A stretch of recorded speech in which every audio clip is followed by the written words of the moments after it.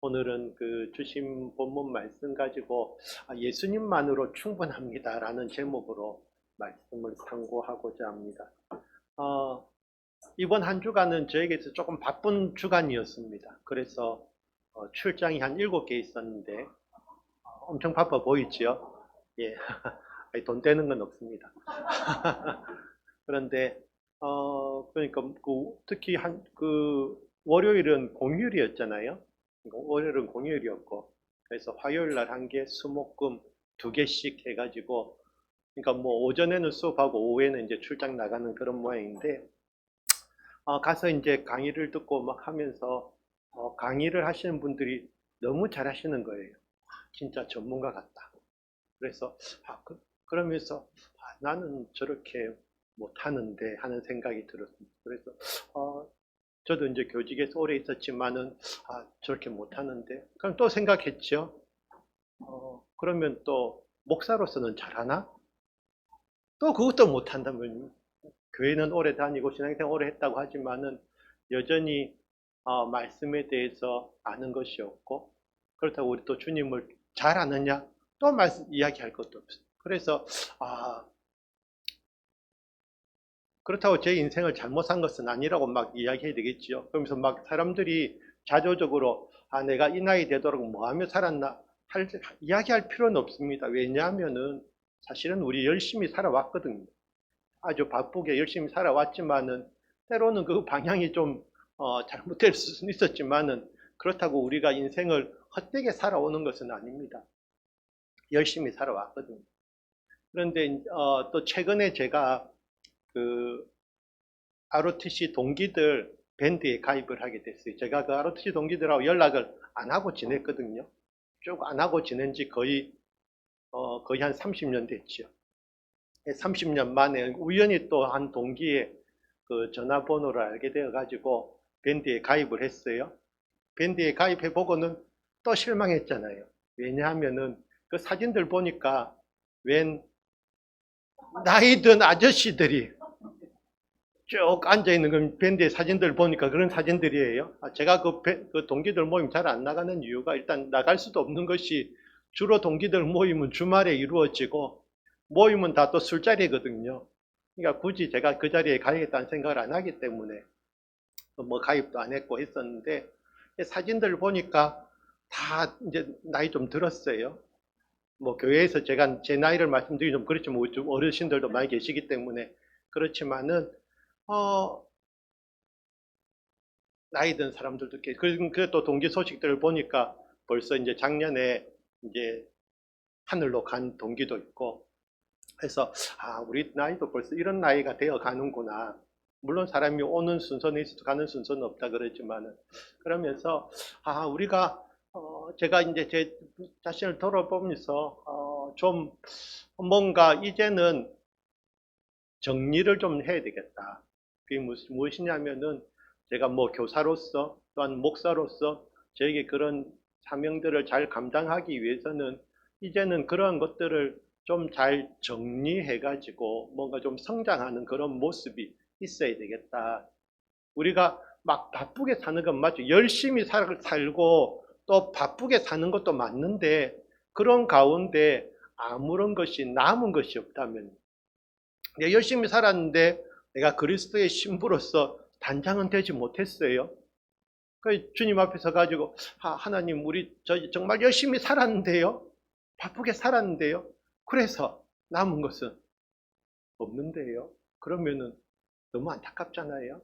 그래서 우리가 이제 이 시간들이 그러니까 젊은 사람들은 사실은 그 시간이 너무 많아서 그 시간이 너무 많기에 좀 그 시간을 자기 쓰고 싶은 대로 써도 뭐 쓰는 경우도 있지만 점점 우리가 나이가 들고 하나님께로 나아갈 때가 가까이 오에 따라서 우리에게 주어진 시간들을 그렇게 막 쓰기에는 이제 시간들이 너무 소중한 것이고 그리고 우리가 이 또한 그리스도의 신부로서 단장되어지는데 하루아침에 단장되어지는 것이 아니기 때문에 이제는 우리가 좀 정신을 차려야 되겠다. 저도 이제는 뭔가 조금 더 삶이 달라져야 되겠다라는 생각을 하게 되었습니다. 오늘 설교 제목을 예수님만으로 충분합니다라고 지었는데요. 그럼 이제 제가 이제 질문을 드려야 되죠. 여러분들은 예수님만으로 충분하십니까? 다 아멘 하실 줄 알았어요. 우리가 일단은 예수님만으로 충분합니다 하면 다 아멘 하지, 아닙니다라고 이 자리에 앉아 있을 수가 없잖아요. 그런데 그럼 또다시 질문을 드려야죠. 과연 예수님이 어떤 분이시기에 여러분들은 충분하다고 말씀하십니까? 라고 제가 질문을 드리고 싶습니다. 물론 또 여러분들 나름대로 대답을 가지시겠지요.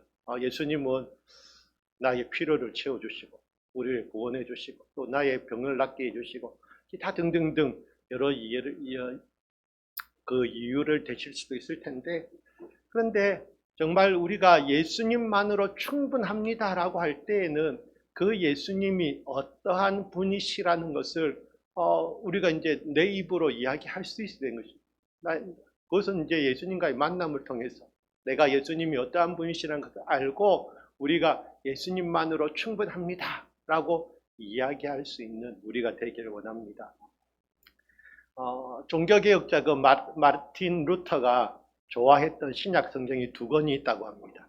제일 좋아했던 성경 혹시 생각해 보시면 로마서입니다. 하나는 로마서입니다. 그럼 또 한 거는요. 예, 센스이신 분들은 갈라디아서라고 바로 이야기하실 수 있죠. 벌써 훌륭하십니다. 그래서 로마서와 갈라디아서를 그 마틴 루터는 제일 좋아했다 그러고, 그러면서 이 갈라디아서를 통해서 이신칭의 그런 복음을 이제 그 교리를 발견했다라고도 이야기하는데, 우리가 이신칭이 뭡니까? 오직 예수 그리스도를 믿음으로 우리가 의롭게 된다는 것이지요. 그래서 우리가 이 말씀은 참 귀한 말씀이고 진리입니다만은, 그랬을 때 하지만 우리가 오직 예수 그리스도를 믿음으로 그랬을 때에 아까 제가 예수님만으로 충분합니까? 라고 물었을 때 뭐 충분하지요. 그런데 그 예수님은 어떤 분이십니까? 라고 물었을 때에 우리가 그 예수님을 더 정확하게 바르게 알고 말할 수 있어야 된다고 생각합니다. 그래서 이 갈라디아서의 복음은 아주 좋은 복음이죠. 우리가 잘 아는 말씀, 이 말씀이 어떻게 보면 갈라디아서의 핵심되는 구절 중에 하나라고 이야기할 수 있겠는데, 이 말씀입니다. 갈라디아서 2장 20절 말씀인데 다 외우고 계시잖아요. 하지만 같이 읽겠습니다. 내가 그리스도와 함께 십자가에 못 박혔나니 그런즉 이제는 내가 사는 것이 아니요 오직 내 안에 그리스도께서 사시는 것이라. 이제 내가 육체 가운데 사는 것은 나를 사랑하사 나를 위하여 자기 자신을 버리신 하나님의 아들을 믿는 믿음 안에서 사는 것이라. 아멘. 그래서 우리는 이미 그리스도와 함께 십자가에 못 박힌 사람들이죠. 그러면서 우리가 또 제가 자주 반복하는 말씀이 갈라디아서 5장 24절 말씀이죠. 그리스도 예수의 사람들은 육체와 함께 그 정욕과 탐심을 십자가에 못 박았느니, 우리는 늘 말씀을 주장하면서도 때때로 살아나는 우리의 그 육신 때문에 힘들어할 수 있는데, 하지만 이제는 우리는 더 이상 내가 사는 것이 아니요 오직 우리 안에 그리스도께서 사신다라는 말씀을 주장하면서 이제는 주님을 믿는 믿음 안에서 살아가는 것이 우리의 믿음이 되어야 합니다. 사도 바울은 특별한 사람입니다. 사도 바울은 특별히 이방인의 사도로서 하나님께서 우리 주님께서 부르셨지요. 베드로를 할례자의 사도로 삼으신 우리 주님께서 사도 바울을 이방인의 사도로 삼으셨다 그러는데, 사도 바울은 참 특별한 사람입니다. 그 사도 바울은 요즘 말로 하면은 선교사이기도 하지요. 선교사이기도 하면서 또 목회자이기도 하고요. 또요. 사도 바울은 그렇게 생각하지 않았지만은 사실은 사도 바울은 신학자이기도 합니다. 사도 바울이 쓴 이 편지들이 성경이 되었고 그것이 우리 교회의 그 중요한 신학의 일부가 되었는데, 물론 사도 바울은 그런 신학을 생각하지 않고 편지를 썼습니다. 그런데 예수님께서 이 핍박자인 예수님을 핍박했던 그 사울을 불러서 하나님의 사람으로 하나님의 일꾼으로 세우신 데에는 이유가 있으시겠지요. 사도 바울은 자신이 그리스도의 일꾼이라고 얘기했고, 사도 바울은 말씀해 보신 것처럼 내가 수고를 넘치도록 하고 옥에 갇히기도 더 많이 하고 매도 수없이 맞고 여러 번 죽을 뻔했다. 이런 고난 가운데서도 주의 복음 들고 전한 사람이 사도 바울이잖아요. 그러니까 사도 바울은 참 특별한 사람입니다. 그런데 또한 이 사도 바울에게 그래서 사도 바울은 전 세계를 다니면서 주의 복음을 전했고 교회들을 세웠는데, 그러니까 어떤 일이 있겠습니까? 이 사도 바울은 곧 모든 교회를 위하여 염려하는 것이라. 사도 바울은 수많은 교회를 세웠는데 그 교회들을 위해서 염려할 수밖에 없었어요. 왜냐하면 교회들마다 문제를 갖고 있었거든요. 어느 교회가 그냥 아무런 문제 없이 잘 되어지는 것이 아니라 빌립보 교회처럼 사도 바울을 전적으로 지지하고 후원하는 교회도 있었지만은 그 빌립보 교회조차도 문제가 있었거든요. 그래서 문제 없는 교회는 없는데, 그러니까 이 사도 바울은 늘 기도할 때에 교회들을 위해서 기도할 수밖에 없었겠지요. 그래서 이런 문제가 있는 교회들에게 사도 바울은 이제 편지들을 써서 보냈습니다. 먼 곳에 직접 갈 수는 없으니까 많은 편지들을 각 교회들에게 편지들을 써서 보냈고, 그래서 그 편지들이 이제는 성경이 된 것이죠. 우리가 그 사도 바울이 오늘 읽은 사도 바울이 쓴 편지의 앞부분을 보면, 사도 바울이 쓴 편지들은 우리가 편지를 쓰면 옛날부터 다 그런 형식이 정해져 있잖아요. 우리나라도 어떻게 썼습니까? 옛날에 저는 안 썼습니다만은 옛날엔 남자들은 군대 가면은 집으로 편지를 다 써서 보냈어요. 물론 시켜서 그랬을 수도 있지만, 그러면은 시작이 어떻게 됩니까? 부모님 전 상서 해가지고 있잖아요. 몸 건강 거. 하도 오래전이 기억이 안 납니다만 그런 식으로 어쨌든 편지가 있는 것이지, 편지의 형식이 있는데 이 사도 바울이 보낸 이 서신서들도 당연히 있으면 편지의 형식은 간단하지요. 어떻습니까? 일단은 보내는 사람이 있고요. 그러면 받는 사람이 있고요. 다짜고짜 내용으로 들어가지 않지요. 인사도 해야 되잖아요. 그래서 오늘 딱 보시면은 사람들에게서 난 것도 아니요 사람으로 말미암은 것도 아니요 오직 예수 그리스도와 그를 죽은 자 가운데서 살리신 하나님 아버지로 말미암아 사도된 바울은, 그런데 혼자 안 보냈어요. 함께 있는 모든 형제와 더불어 갈라디아 여러 교회들에게, 그래서 받는 사람은 갈라디아에 있는 여러 교회들, 갈라디아 지역은 지금의 예전에 터키 지역입니다. 터키 중부 지역이기 때문에 그곳에 이제 많은 교회들이 세워져 있었는데, 이 갈라디아 교회는 사도 바울이 1, 2차, 3차 선교 여행을 가기 위해서 늘 지나가는 곳입니다. 그래서 그곳에 교회들이 세워졌고 찾아보았는데, 그래서 이 형제들에게 우리 하나님 아버지와 주 예수 그리스도로부터 은혜와 평강이 있기를 원하노라. 편지 이제 첫 인사가 시작됩니다. 그런데 1절이 유독 길다라는 사실을 여러분들이 발견할 수 있습니다. 이게 무엇이냐면은 보통 다른 서신서에는 보통 어떻게 쓰냐면은 예수 그리스도의 종 바울은, 아니면 예수 그리스도로 말미암아 사도된 바울은, 이런 식으로 간단하게 쓰지요. 그런데 이 갈라디아서는 특별히 깁니다. 지금 사람들에게서 난 것도 아니요 사람으로 말미암은 것도 아니요 오직 예수 그리스도와 그를 죽은 자 가운데서 살리신 하나님 아버지로 말미암아 사도된 바울이라고 길게 이야기하고 있습니다. 분명히 밝히지요. 내 사람들 때문에 사도된 것이 아니다. 나를 사도로 만들어 주신 분은 예수 그리스도와 하나님이시다. 나의 이 사도된 직분은 사람에게서 연유한 것이 아니라 하나님으로부터 부여받은 것이다. 이렇게 강조하는 데에는 이유가 있습니다.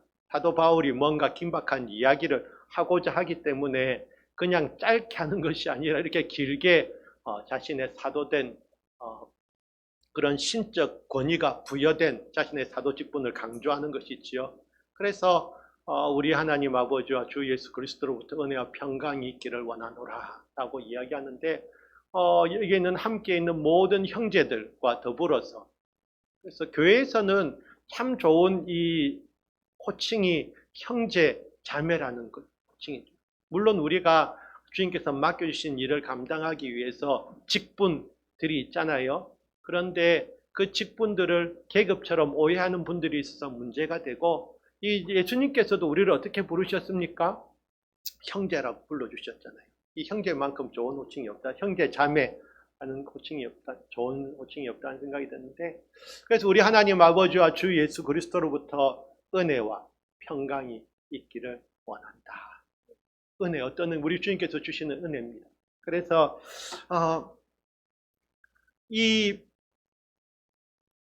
사도 바울이 보낸 편지들의 또 특징 중에 하나는 이 개인이 보내는 것이 아니고, 물론 쓴 저자는 사도 바울이지만은 혼자 보낸 게 아니잖아요. 오늘도 보면은 여러 형제와 더불어서 보내고 있고, 수신자도 어느 딱 한 사람이 아니라 이 특별히 교회들을 향해서, 그래서 이 교회들이 이 편지를 돌려 읽도록 했지요. 회람시켜서.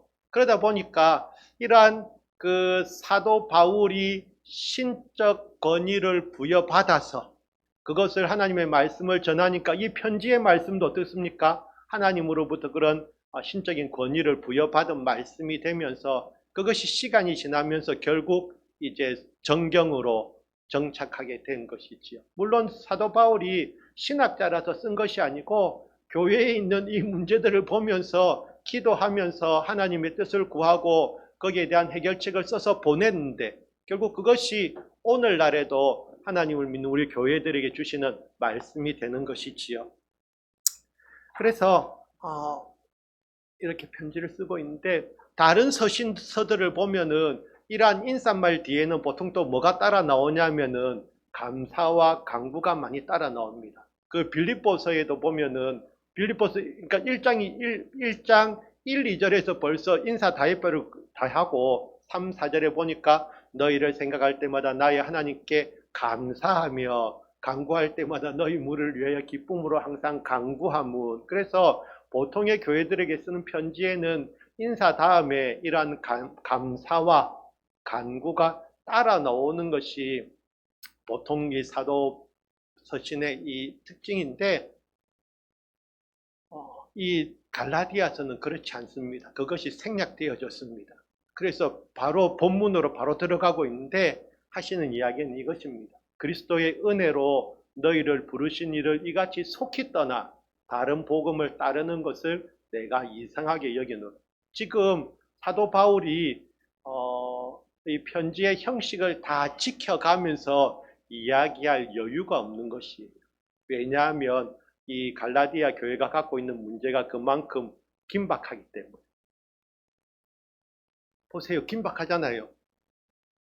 복음을 떠나서 다른 복음을 따라가고 있는 교회가 지금 왠지 잘못된 길로 빠져가고 있는, 뭐 교회 안에 다 문제들은 있죠. 문제들은 다 있는 교회들이지만은 근본적으로 우리 예수님의 복음이 아닌 다른 복음을 따르는 교회로 바뀌어지고 있는 이 모습을 보니까 사도 바울이 급하게 편지를 쓸 수밖에 없는 것이고, 그러면서 이 사람들에게 더 사도 바울의 그런 사도로서의 권위를 강조하면서 말씀을 듣고 순종하라는 것이죠.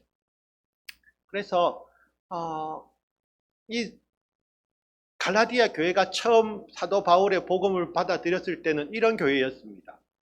예수 그리스도 나를 하나님의 천사와 같이 또는 그리스도 예수와 같이 영접하였고, 그래서 얼마나 사랑했는지 너희의 눈이라도 빼어 나에게 주었을 만큼 막 처음 복음을 받아들였을 때 갈라디아 교회가 말이죠, 기뻐하면서 사도 바울을 좋아했어요.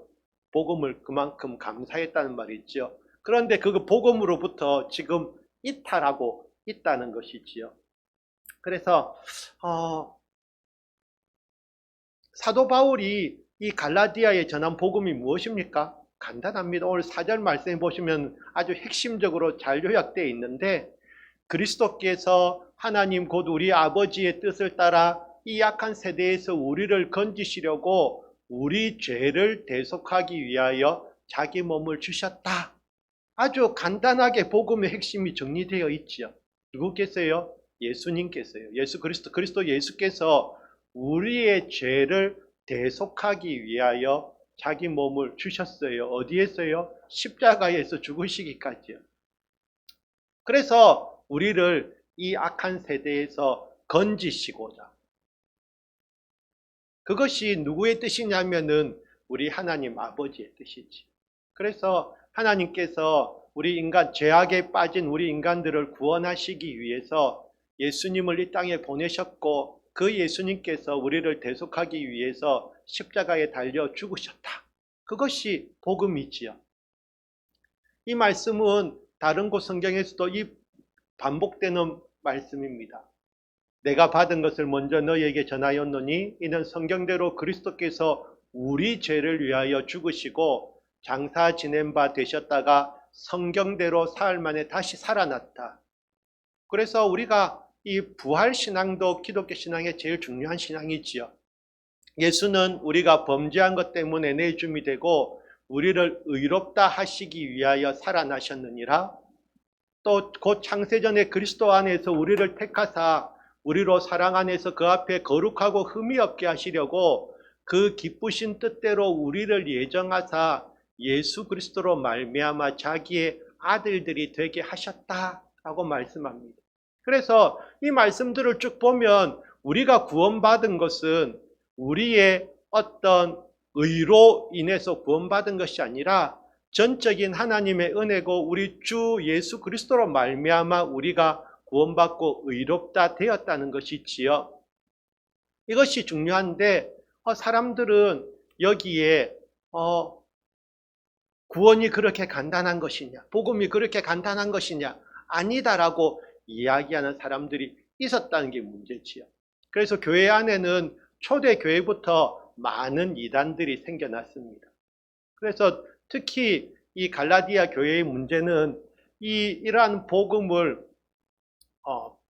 왜곡시키는, 그래서 성도들의 신앙을 교란시키는 유대교의 전통이 이 교회 안으로 들어옴으로 인해서 사람들이 미혹되었기에 사도 바울이 이런 편지를 쓸 수밖에 없었습니다.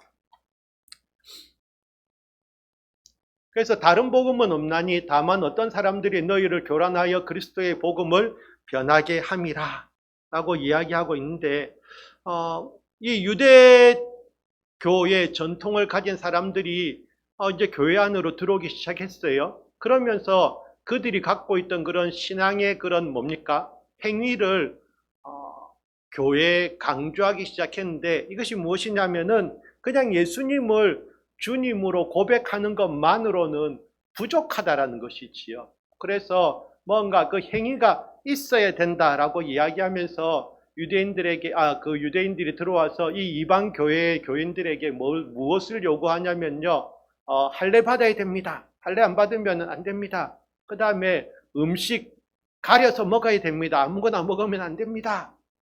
그러면서 안식일 꼭 지켜야 됩니다. 아무것도 일하면 안 되고 안식일 지켜야 됩니다. 막 이렇게 하면서 이제 성도들에게 그런 유대교의 전통, 유대 그런 종교를 믿는 사람들의 행위를 이 교회들에게 강조하는 그런 시기였다는 것이죠. 그러니까 사람들이 정말 그런가 하여서 왠지 그렇게 맞아. 내가 그냥 믿음을 가졌다는 것이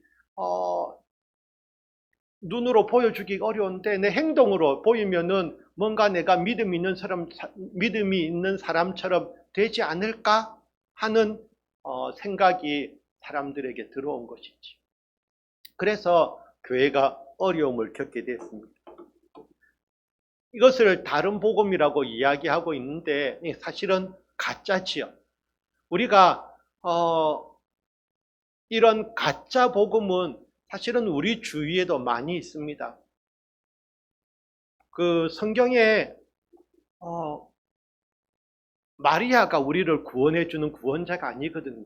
그런데 그 마리아를 숭배하는 사람들도 있고요. 그리고 또 종교다원주의도 있잖아요. 그래서 뭐로 가도 서울만 가면 된다. 그래서 모든 진리는 하나인데 그 진리에 이르는 길이 좀 다를 뿐이다.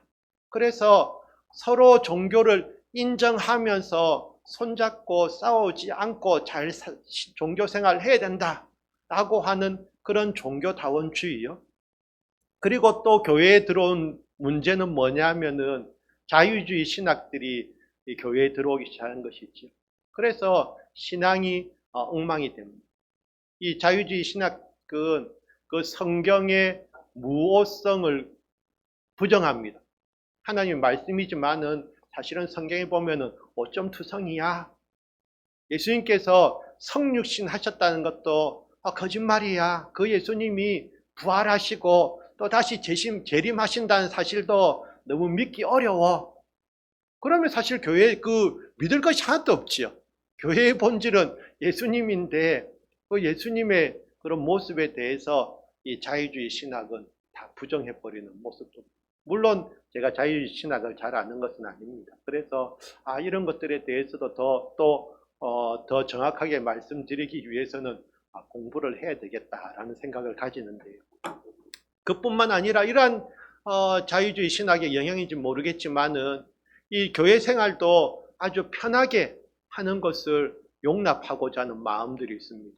사실은 편하지요. 그냥 주일날 교회 안 나오고 딱 집에서 경건한 자세로 누워서 경건한 자세로 앉아서 그 모니터 화면 보면서 예배 드리면은 하나 신앙생활 다 했어. 근데 제 주변에 아는 이제 신앙생활 하는 분이 있는데 좀 그분 이야기를 들으면서 제가 안타까움을 느꼈는데 그분이 다니는 교회는 일주일에 한 번 예배 드린다고 그랬어요. 좋아 보입니까? 왠지 나도 가고 싶다 그럼 대구에 있습니다. 하시면 되는데 그런데 새벽 기도도 없어요. 수요예배 없어요. 금요 기도회도 없어요. 그냥 오로지 주일날 낮 예배 한 번 구미가 땡기시지. 근데 그래서 그 이야기를 들으면서 과연 주일날 한 번 예배 드리는 것으로 그분들의 신앙이 유지될까? 이 세상에서 그래서 예배 한 번 드린 것으로 그냥 만족하면서 살아갈 수는 있겠지만은 그것이 진짜일까? 라는 생각을 하면서 안타까운 마음이 많이 들었습니다. 그래서 그렇게 하시면 안 됩니다라고 이야기해야 되는데 그분도 모태신앙이라고 이야기하기 때문에 제가 그 앞에서 따로 말씀드릴 수가 없어서 근데 이제 어쨌든 교회를 이제 성장하면서 교회를 바꿨는데 그 바꾼 교회가 이제 그 목사님이 은퇴하시면서 이제는 일주일에 한 번 오셔서 이제 설교만 하시는 설교 목사님이 되셨는데 그래서 교회가 예배를 그런 식으로 드리고 있다라고 이야기를 들었습니다. 그래서 그것 어떻게 보면 이 현 세대를 반영한 그런 오늘날의 교회의 모습일 수 있는데 그냥 어쨌든 예배는 드리잖아요 라고 이야기할 수는 있겠지만은 그렇게 드려서는 안 된다는 건 이미 여러분들도 알고 계실 겁니다. 그래서 신앙생활들이 너무 편하게 자기 중심적으로 그래서 성수주일 하면 저 여행을 가서 휴양지에서도 그냥 주일날 예배 드리면 되잖아요. 그것도 뭐 예배 안 드리는 것보다 낫겠지만은 그래서 여행 가실 수는 있지요. 하지만 우리가 평상시에 이 예배 드리는 우리의 모습이 정말 예배를 귀히 여기고 옛날 사람들은 정말 예배 드리기 위해서 목숨도 걸었는데 우리는 아직은 지금 현재가 너무 좋지요. 이제 시대가 앞으로 어찌 될지 알 수 없습니다. 그래서 지금은 이렇게 예배 드리기 좋은 상황 속에서 또 어떻게 보면 기독교인들이 거꾸로 신앙을 가질 수도 있어요. 무슨 말씀이냐면은 그런 고난과 핍박이 있을 때에는 또 목숨 걸고 예배 드렸어요. 예? 지하 교회에서 빛도 안 들어오는 공동묘지 속에서 숨어서라도 막 예배 드리고요. 또 이 북한에서도 보면 지하 교회들이 있다고 그러잖아요. 중국도 마찬가지고. 그렇게 해서 막 그렇게 고난과 핍박이 있으니까 정말 목숨 걸고 그래서 예배 드리는 사람이 있는데 문제는 이렇게 좋은 환경 속에서는 오히려 이제 예배를 소홀히 한다는 말이지. 그래서 구약의 성경에도 보면 나오지 않습니까? 하나님께서 축복 주셔가지고 물질의 풍요를 주셨더니 사람들이 예배 잘 생활하는 것이 아니라 그냥 우상들 만들어서 말이죠. 그 풍요를 우상들이 줬다고 그냥 그 우상 앞에 예배 드리고 있는 모습들. 그래서 우리가 이 바른 복음을 믿는 것이 필요한 거죠. 세상은 그냥 사람들에게 이러한 사람들의 욕망을 채워가면서 그것이 좋은 것이다라고 하는 것은 결국 다 원수의 계략입니다. 나를 더 편하게 만들고 나를 즐겁게 만드는 것이 무조건 좋은 것은 아니란 말이죠. 그래서 분명히 성경은 말씀합니다. 다른 이로서는 구원을 받을 수 없나니 천하 사람 중에 구원을 받을 만한 다른 이름을 우리에게 주신 일이 없음이라 라고 말씀하시고요. 그래서 우리는 영접하는 자 곧 그 이름을 믿는 자들에게는 하나님의 자녀가 되는 권세를 주셨다 라고 이야기합니다. 그러면 우리가 지금 하나님의 자녀가 된 우리가 해야 될 일은 무엇입니까? 이것이지요. 하나님께 영광 돌리는 삶 살아야 되는 것입니다. 내가 하나님께 받은 그 은혜를 생각하면은 이제는 우리가 주님께 영광 돌리는 주님 이름을 존귀히 여깁니다. 그래서 다시 6절 말씀 보시면은 그리스도의 은혜로 너희를 부르신 이를 이같이 속히 떠나 다른 복음을 따르는 것을 내가 이상하게 했는데 그리스도의 은혜는 너무나 크고 돈으로 환산할 수 없어서 공짜지요. 하나님께서 그것을 우리에게 대가를 요구하시면은 그것을 이룰 수 있는 사람이 지불할 수 있는 사람이 아무도 없기에 우리 주님께서 그것을 다 감당하셨는데 공짜로 주니까 그 귀한 것을 너무 모르는 것이지. 다른 복음은 없나니 다만 어떤 사람들이 너희를 교란하여 그리스도의 복음을 변하게 하리라. 그래서 우리가 이 교란을 당하면 안 되는 것이, 우리 헷갈리면 안 되는 것이지. 그래서 우리는 이러한 특히 유대교회, 이 갈라디아 교회에 들어왔던 이러한 유대교회의 그런 형식들, 그것이 잘못됐다는 것은 사실은 교회에서 정리가 되어졌습니다. 이 문제가 사실은 심각해지니까 교회가 모여서 회의를 하게 됩니다. 그것이 무엇이냐면은 그 예루살렘 교회에서 이제 사도들이 모여서 그리고 많은 이제 이 믿음의 사람들 모여서 회의를 했는데요. 그때 이 말씀을 하신 분이 있지요. 그러므로 내 의견에는 이방인 중에서 하나님께로 돌아오는 자들을 괴롭게 하지 말고, 괴롭게 하지 말면 무엇입니까? 막 할례 받아야 된다 그런 이야기 하지 말란 말이지요. 다만 우상에 더러운 것과 음행과 목매어 죽인 것과 피를 멀리하라고 편지하는 것이 옳다. 그래서 이 유대교의 그런 전통을 이 신약의 교회에 강조하는 것은, 요구하는 것은 잘못됐다는, 행위로 우리가 구원받는 것이 아닌데 이러한 행위들을 강조하는 것은 결국 우리 예수님께서 우리에게 해주신 일을 약화시키는 것이고 부정하는 것이기 때문에, 그래서 우리가 신학의 흐름 중에는 크게 두 가지가 있잖아요. 뭐가 있냐면은 오직 구원은 하나님의 주권에 의해서 이루어진다는 것과, 또 하나는 저 반대쪽에 있는 사람의 그러니까 행위가 중요하다. 사람이 구원받는 것은 행위로서, 물론 이 행위로서 구원받는 것은 이미 교회에서 이단으로 정죄가 되어졌습니다만은, 하지만 우리가 정말 하나님께 구원받은 사람들은, 하지만 우리가 행위로서 구원받는 것은 아니지만 그 구원받은 것에 대한 감사와 믿음의 행위가 따라야 되는 것은 사실이죠. 그래서 우리는 이것이 분명히 행위로 구원받는 것은 절대로 아닙니다. 예수님 한 분으로 우리는 충분히 구원받습니다. 그런데 구원받은 하나님의 자녀들이 그 삶이 달라져야 하는 것도 분명한 사실입니다. 그래서 우리가 믿음의 삶을 살아야 되는 것이지요. 그래서 우리 주변에는 너무도 이 가짜들이 판을 치는 세상이 되어졌고, 그래서 우리는 사랑하는 자들아 영을 다 믿지 말고 오직 영들이 하나님께 속하였나 분별하라. 많은 거짓 선지자가 세상에 나왔습니다. 이 글이 쓰여진 것은 초대교회의 벌 상황이죠. 그러니까 초대교회부터, 교회가 생기면서부터 벌써 세상에는 이 교회를 무너뜨리기 위한 원수의 그 계략이 시도되고 있다는 것이, 지금도 우리 주변에는 많은 거짓 교회들이 있습니다. 그런데 참 이것을 우리가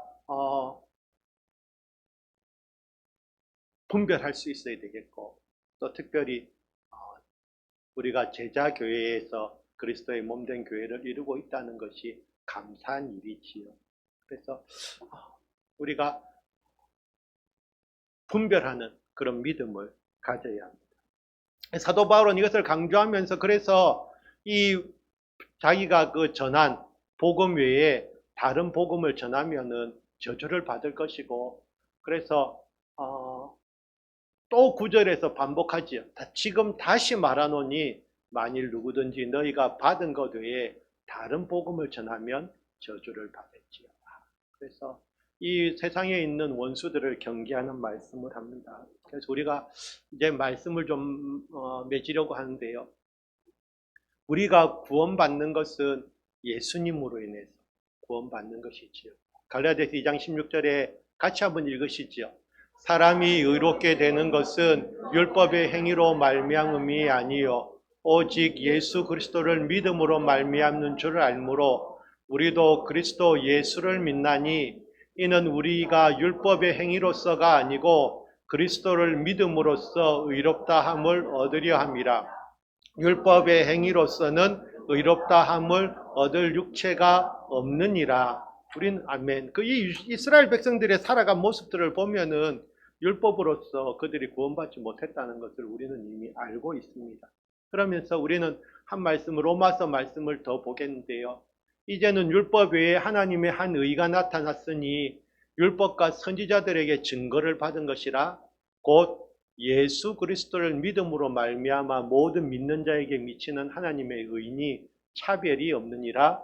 모든 사람이 죄를 범하였으며 하나님의 영광에 이르지 못하더니 그리스도 예수 안에 있는 속량으로 말미암아 하나님의 은혜로 값없이 의롭다 하심을 얻은 자 되었느니라. 아멘. 우리가 이 말씀을 보면서 정말 곧 예수 그리스도를 믿음으로 말미암아 모든 믿는 자에게 미치는 하나님의 의니 차별이 없느니라 라고 말씀합니다. 하나님의 복음은 차별이 없습니다. 하나님의 복음은 이방인이나 유대인이나 동일하게 주어진 말씀이고요. 남자나 여자나 주인이나 종이나 모두에게 차별이 없는 하나님의 복음입니다. 그래서 우리는 이 복음요, 예수님께서 우리를 위해서 달려 죽으신 그 십자가의 복음이 결국 우리에게는 은혜가 되고 우리는 그것만을 받아들여야 됩니다. 그래서 예수님께서 십자가에 달려 죽으심으로써 예수님은 십자가에 달려 죽으시는 화목제물이 되셨지요. 하나님과 우리가 다시 화목할 수 있다. 그러면서 또한 우리 인간들이 서로 하나님 은혜 안에서 서로 교제하며 화목할 수 있는. 그래서 우리의 신앙은 이제는 그리스도 안에서 하나님의 백성이고 하나님의 백성된 자들이 바로 그리스도인들이죠. 나는 그리스도입니다. 라는 정체성을 가지고 가는 우리가 되길 원합니다. 우리가 어떤 다른 복음, 어떤 행위로서 다른 성도들의 그런 신앙을 판별하라고 해서는 안 되는 것이지. 이게 무엇이냐면은 우리가 교회에서 다 같은 그 그리스도의 그 몸된 지체로서 서로를 바라봐야 되는 것이지요. 때로는 믿음 생활이 그 행위가 조금 부족한 분도 있을 수 있어요. 그런데 내가 기도를 많이 한다고 해서, 내가 성경을 더 많이 읽는다고 해서, 또 내가 헌금을 더 많이 한다고 해서 다른 분들을 다른 눈으로 바라보면은 안 된다는 것이지. 그래서 우리는 하나님 안에서 다 같은 형제, 자매가 된 사람들이고, 부족한 행위를 보면서 판단하지 말고 그들을 위해서 기도하면서 함께 더 믿음의 사람으로 성장해 나갈 수 있기를 기도해야 되는 것이지요. 그래서 그것이 우리가 예수 믿는 사람으로서 믿음의 귀한 공동체를 이루는 것이 하나님의 뜻이고요. 그래서 우리가 잘나서 구원받은 것이 아니고 하나님의 은혜로 구원받은 사람들.